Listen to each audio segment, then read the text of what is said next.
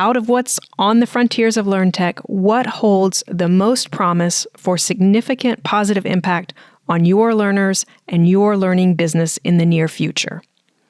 Ask that question now, and ask it again next month, and 3 months out, and 6 months, and a year from now. Regularly check in on the frontiers of Learntech so you can use learning technology effectively to grow the reach, revenue, and impact of your learning business.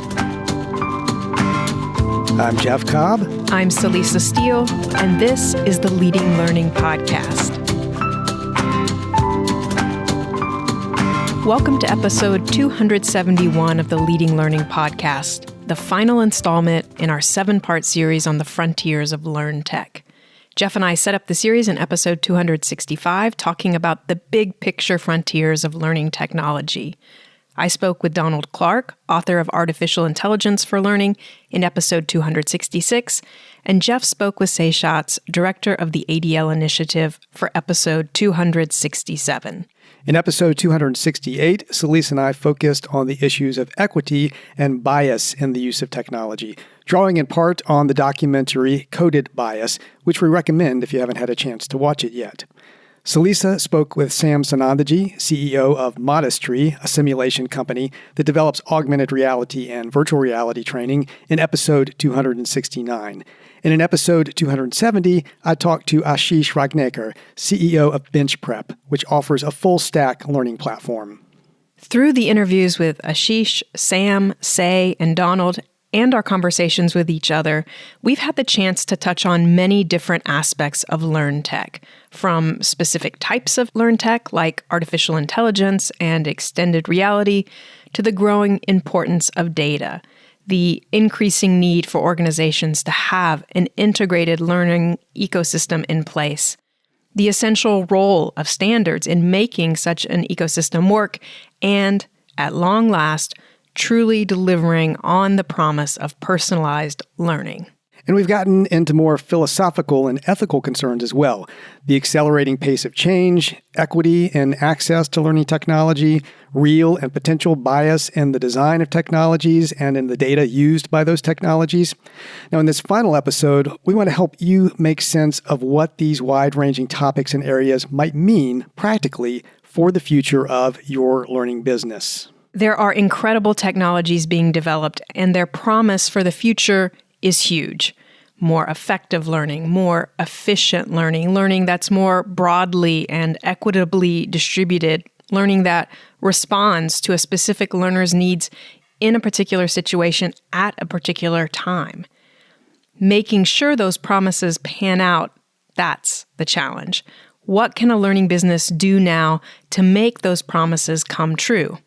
That's what we want to talk about today. And a lot has to happen to get from here to the frontiers of Learntech, where those promises of more equitable, accessible, effective, and personalized learning exist, where they're well-executed realities rather than just possibilities. Now, to help with the journey, we'll offer 5 suggested actions. And so here are our 5 suggested actions as a quick list. First, develop a data strategy. Second, grow a learning ecosystem. Third, conduct a feasibility study for XR. Fourth, build a governance structure. And fifth, regularly reassess which Learntech holds the most promise. The suggested actions are numbered so we can tick off all 5, but the order isn't important. These aren't sequential. You might not pursue all 5 actions or all 5 actions at once, but these are the kinds of actions that might make it into your roadmap for how to make the promise of the frontiers of Learntech a reality for your learning business. So let's talk about each action more closely. 1, develop a data strategy. So this first suggested action is what we're going to dig into now. And when we asked interviewees for their advice for learning businesses trying to figure out what to do with Learntech, what to invest in, what to focus limited time and other resources on, data came up again and again. When Donald and Say answered that question, they mentioned data, as did both Celeste Martinell and Joe Miller, VP of Customer Success and VP of Learning Design and Strategy at BenchPrep, respectively. Here's what Celeste had to say. If you're just beginning your digital transformation, I would really focus on how the learning is structured and delivered in the learning platform, and the richness of the data that you'll get from your Learntech partner or partners. You'll want user behavior data from the platform and the tools you're using.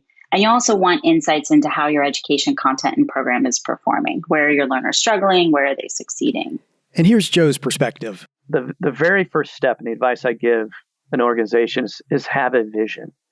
What is it that you want your learning programs, and really as importantly, that you want your members, your learners to accomplish? What's that end goal?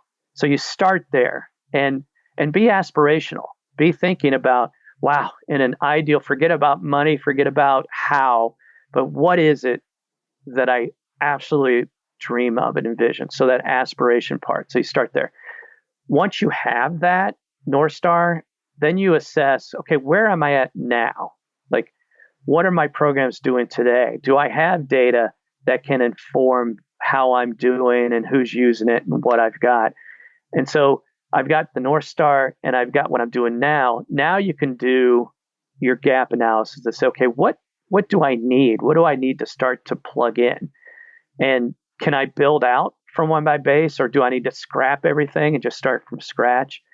So after the gap assessment, I think what you try to do is think about, how do I, first of all, even back up, I have my vision in terms of time. Like, what do I want to do a year from now, 2 years, 3 years? Because that's going to inform your roadmap. And having a idea of, and again, back to iterations, that I don't want to spend 3 years and then release. I want to, try to get some out in the market and kind of improve upon it. So understand where your roadmap is.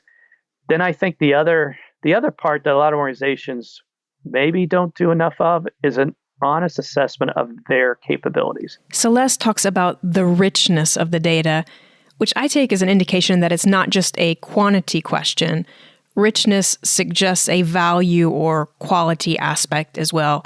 What can you do with your data? What kind of insights does your data allow? And Joe fits data into part of an overall approach. And moving from vision to roadmap, data is important.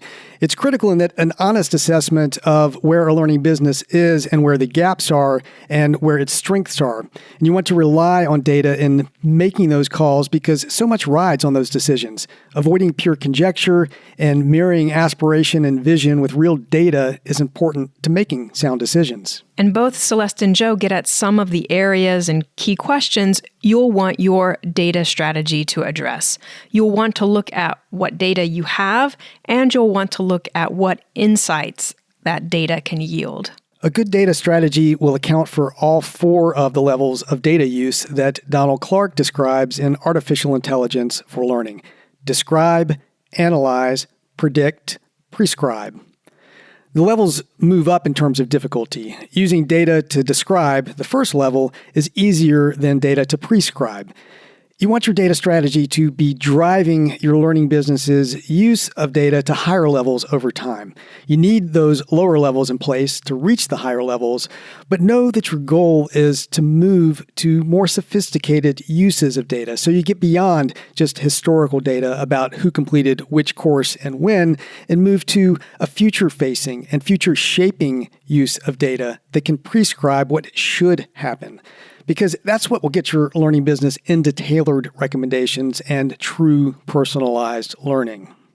A good data strategy will basically mirror those 4 levels of data use. That is, the strategy should describe what data you have from what sources, but it should also get into the higher levels. You have to analyze that data and then be clear about what you're trying to use the data to predict and prescribe. Because the strategy part of a data strategy is about using data to help your learning business meet its goals. And part of using the data to meet your goals will be about formulating the questions you want your data to help you answer. Depending on your learning business's goals and needs, you might ask a question like, what products and services do our learners need now? Or what skills and knowledge will our audience need to be and remain successful? So you know what offerings to develop. And or your questions may be ones like, some of the ones that Celeste mentioned. Where are your learners struggling? Where are they succeeding? Questions like that will help you understand how your current offerings are performing. Or you might ask questions about how you can better recommend content and activities for workflow learning and to maximize learners' use of your catalog. Those are examples, but the point is your data strategy should address the questions you're trying to answer based on what's strategically important for your learning business. Another aspect of a data strategy that we'll mention is as you document your data sources, think throughout your organization, not just your Learntech data. For a fuller picture of your learners, you'll want to marry up data from your learning management system with data from your association management system or customer relationship database. You might have data from an online community or a webinar platform as well, or information about past publications that individuals bought. And you also want to think outside your organization. There are likely data sources that you don't own, but that can give you insight into learners and prospective learners. In the United States, for example, the government makes a lot of data available. Think, for example, of the Bureau of Labor Statistics and the Bureau of the Census. And there are also a lot of think tanks, nonprofits, and entities housed at academic institutions that conduct original research and make it freely available. So Georgetown University's Center on Education and the Workforce and the Pew Research Center would be examples. And there are also likely data resources specific to the industry, the profession or field you serve. So take time to do the legwork to figure out what's available out there and how you might be able to layer that broader data with your internal data for an even deeper understanding of the market that you serve. I think that's such an important point. Think broadly about your data sources, both inside and outside your organization. The more data points you have, the more accurate, the more complete your understanding of your learners and your market. And Jeff, I know you're fond of pointing to marketing as a bellwether for learning, and I think marketing is definitely strong in this area of mining various data sources and using that to drive conversion. Yeah, marketing is traditionally very good at that. And one final point about developing a data strategy, include standards in that data strategy. So which standards are you following now? Which standards should you use? The more consistent and uniform the data, the easier it's going to be to analyze and interpret.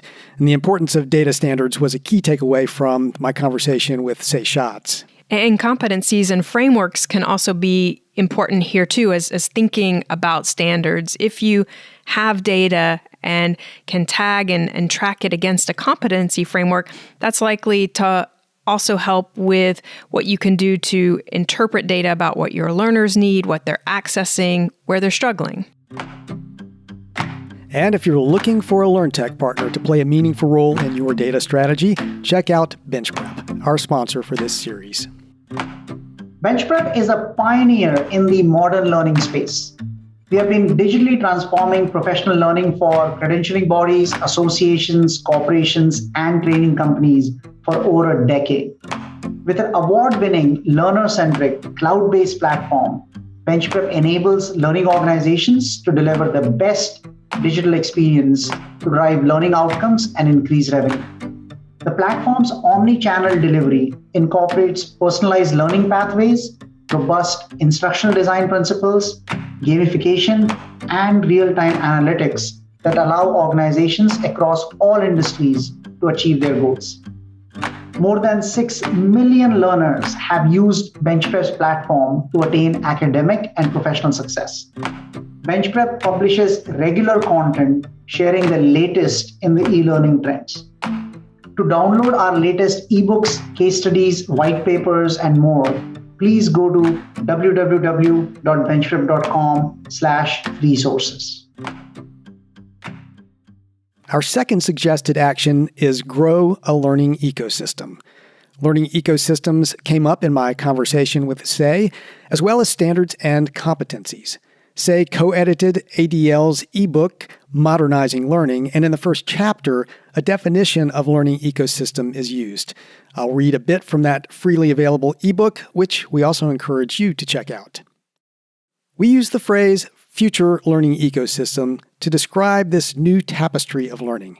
At the highest level, the future learning ecosystem reflects a transformation, away from disconnected, episodic experiences and toward a curated continuum of lifelong learning tailored to individuals and delivered across diverse locations, media, and periods of time. Improved measures and analyses helped optimize this system of systems and drive continuous adaptation and optimization across it. Its technological foundation is an internet for learning that not only allows ubiquitous access to learning, it also provides pathways for optimizing individual and workforce development at an unprecedented pace. So in short, a learning ecosystem is aligned with the fact that learning is a process, not an event. Learning is, to use the terms from the ADL ebook, not disconnected episodic experiences, but a curated continuum of lifelong learning tailored to individuals and delivered across diverse locations, media, and periods of time. And I like to think that it's not just a move away from disconnection, but a move towards connection. In nature, an ecosystem is a community. An ecosystem is, living beings interacting with each other and their environment. And when it's healthy, an ecosystem is balanced. No single part of the system is more important than another, and changes in one part of the ecosystem may impact other parts of the ecosystem. Yes, and learning is fundamentally about interactions among human beings and between human beings and their environment.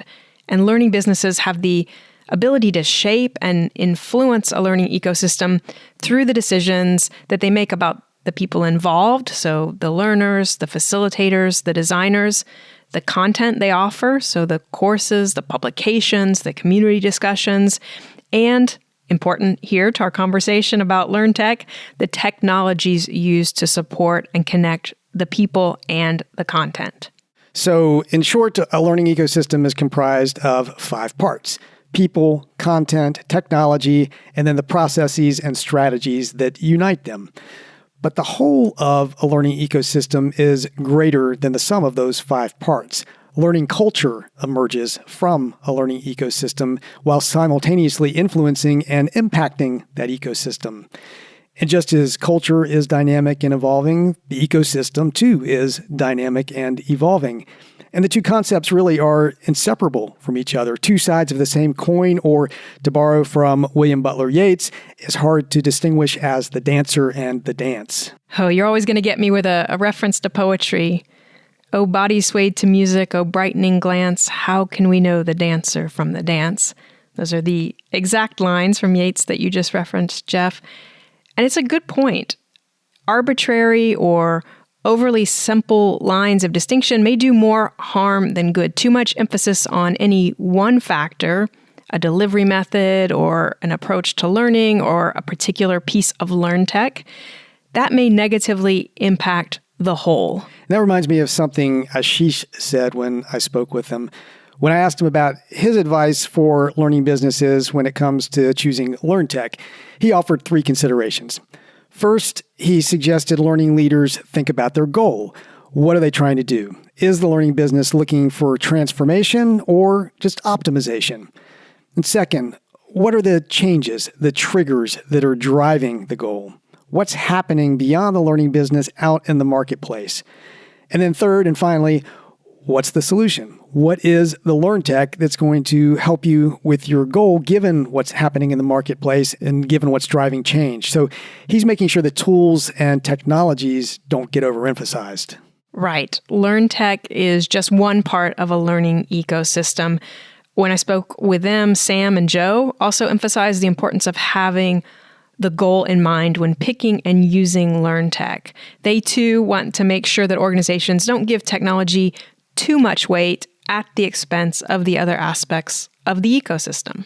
So now the third suggested action, conduct a feasibility study for XR. This is a little narrower in focus than the first 2 actions we've mentioned. So again, keep in mind that, all 5 suggested actions aren't necessarily for every organization or for every organization to pursue right now. But we feel that given the potential for extended reality, whether that's augmented or virtual or mixed, given its potential to make a training or learning environment more closely match the real world context in which learners need to apply knowledge and skills, it's really worth learning businesses getting clearer on what would actually be involved. So we're not suggesting you go out and build XR, not even an XR prototype. This would be a pre-prototype phase where you look into what would be involved, where you do a cost-benefit analysis and look at the return on investment, the potential features needed or desired, which type of XR might fit best, and what tools and technology investments would be needed. And really that's in keeping with Sam's advice on AR and VR, right? I mean, he made a point of saying a side project, a skunkworks prototype, often doesn't give an organization a good entree into XR. Often it's more helpful to go in, eyes open, with a goal in mind for the use of XR and a feasibility study backing up, really trying out XR. Or a feasibility study that shows that XR doesn't make sense, at least at this point.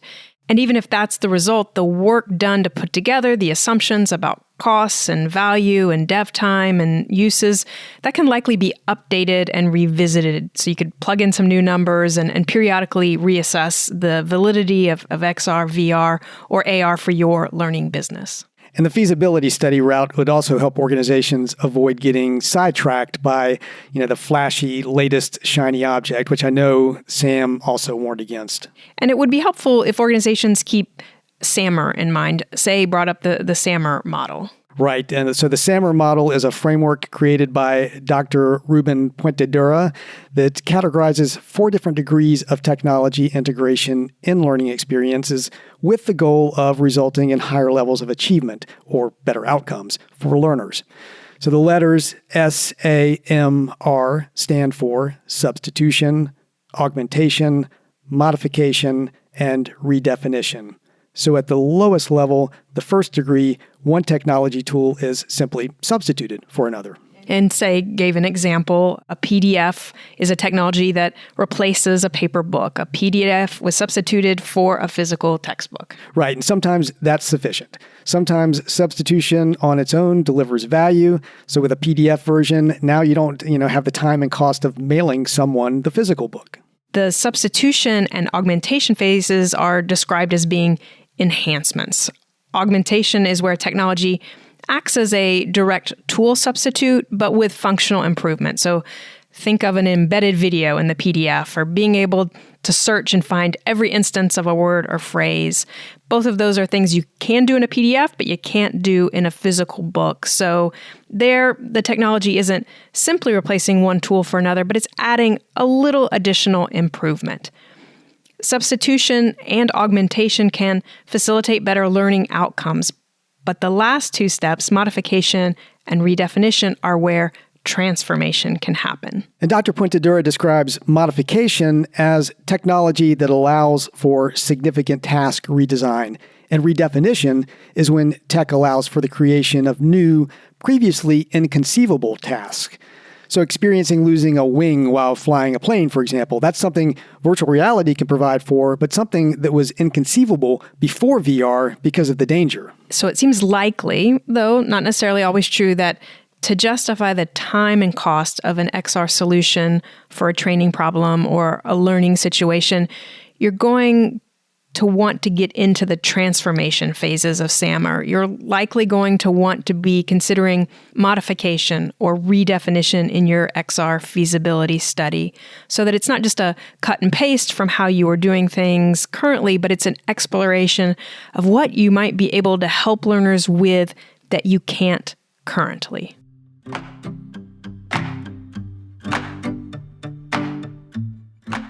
Our 4th suggested action is to build a governance structure.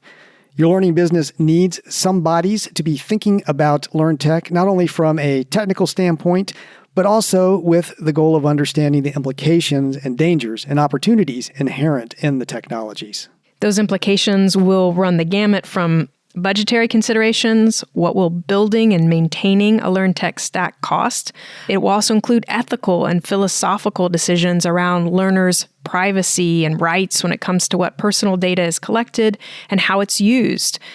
And it might also include issues of potential bias in the use of artificial intelligence and other automated technologies. And a governance structure could be charged with determining when interpretability and when explainability is needed around your learning business's use of AI and machine learning and other tech automation. And a credit to Christopher Penn from Marketing Over Coffee for the explainability versus interpretability trade-off, which we talked about in episode 268. But as a reminder, interpretability is the decompilation of the technology into its source code. To use an analogy, interpretability is looking over the recipe and verifying the ingredients. While explainability is like tasting the cake rather than looking over the cake recipe. You're going to know how it tastes. You can probably figure out most of the ingredients. Tasting is a faster, easier, less expensive way to verify the results, but it's not as rigorous or as complete as interpretability. So there's usually a trade-off depending on what's at stake. When stakes are low, explainability, just tasting the cake, is often adequate. When stakes are higher, interpretability, reviewing the recipe and ingredients, that may be needed. The time and expense may be justified in that case. And the idea is that if you have a governance structure in place, you have a group who can debate the trade-offs and ultimately make decisions about things like when interpretability is needed versus just explainability. Now, no matter their political leanings or their opinion on whether Trump's ban from Facebook should stand, I've heard many commentators and observers note that Trump's use of Facebook in publicizing the January 6th gathering near the Capitol shouldn't have surprised Mark Zuckerberg and Facebook. They should have seen it coming. They should have had people and a structure in place to be grappling with decisions like, hey, should a head of state have the same kind of Facebook account that you and I have, Jeff? Yeah, and hopefully the average learning business won't be getting into those sorts of murky and deep waters, but your point is spot on. Be thinking in advance about the implications of your Learntech so you're better equipped to deal with any issues that arise, and some are inevitably going to arise. And I'll also add that a governance structure could also be involved in considering which standards for data and technology a learning business should adopt and use, and what the implications for that might be. So this brings us to our fifth and final suggested action: regularly reassess which Learntech holds the most promise. Out of what's on the frontiers of Learntech, what holds the most promise for significant positive impact on your learners and your learning business in the near future?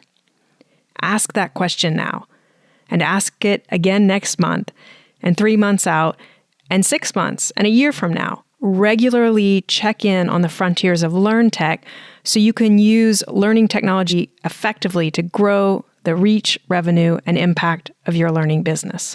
And that's a question we asked in the first episode of this series. And hopefully you've thought about it when we asked about it in the first episode, and take time to answer it again now. Maybe something you've heard in episodes since has changed or refined your thinking. And, Celisa said, keep asking that question about what Learntech holds the most promise for significant positive impact on your learners and your learning business in the future. Keep asking that periodically. When you spoke with him, Ashish said that we're in the second inning of a 9-inning ball game. So there's lots more to come, plenty of time for more developments and innovations, which means we need to regularly check in on our understanding of what's coming. And when you talked with Joe, he recommended looking at how other industries are using technology to see the potential for Learntech. Continuously look outside, be inspired by what other folks are doing. And it'll sound a bit funny, but I'm an avid Pokemon Go player. And part of the reason I got into it, and it's funny, my wife would say I'm obsessive, but I'm avid because they are continuously reinventing themselves and the game itself changes. And I think about us as delivering education and learning is that it's important that we continue to look inside, to continue to think about how do we disrupt and reinvent and do that. And a lot of times that happens when you are inspired and you're seeing what other industries, markets, people are doing. So keep an eye on fintech, retail tech, or my go-to, MarTech. Look for inspiration outside the learning space. As you look at what others are doing with tech, and as you engage and re-engage with the question of what holds the most promise for your learners and your learning business, your answer will likely suggest additional actions for you to take beyond the 5 we've suggested. And as you're doing the things that we suggested, you will, over time, establish a good foundation to refer to when checking back in on this question. The data you collect and analyze will help. The feasibility studies you conduct will help. Having governance in place will help, as will having a learning culture and growing a learning ecosystem. So those are our 5 suggested actions. 1, develop a data strategy. 2, grow a learning ecosystem. 3, conduct a feasibility study for XR. 4, build a governance structure. And 5, regularly reassess which Learntech holds the most promise. Mileage may vary with those suggested actions. All may not apply to your learning business, and/or you might not undertake all 5 actions at once. Instead, you might prioritize 1 or 2 actions you can start now to help you make the promise of the frontiers of Learntech a reality for your learning business. So this is the last episode in the 7-part series on the frontiers of Learntech. We hope you've enjoyed the series, and we'd love to hear your feedback and suggestions for the future. You can leave a comment at leadinglearning.com/episode 271, or you can email us at leadinglearning@tagoras.com. We'll resume releasing episodes of the Leading Learning podcast with a new series starting in July 2021.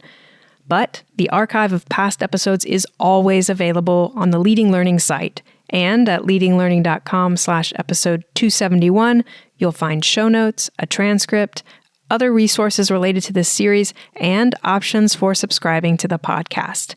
To make sure you don't miss the new episodes, we encourage you to subscribe. And subscribing also helps us get some data on the impact of the podcast. And we'll remind you that personal recommendations are really critical in today's noisy world. So please take a minute to rate the Leading Learning podcast on Apple Podcast. Celise and I really appreciate that personally, and those reviews and ratings help the podcast show up when people search for content on leading a learning business. Just go to leadinglearning.com/Apple to leave a review and rating. And we encourage you to learn more about the series sponsor at benchprep.com/resources. Lastly, please spread the word about Leading Learning. In the show notes at leadinglearning.com/episode 271, you'll find links to us on Twitter, LinkedIn, and Facebook. Thanks again, and see you next time on the Leading Learning podcast.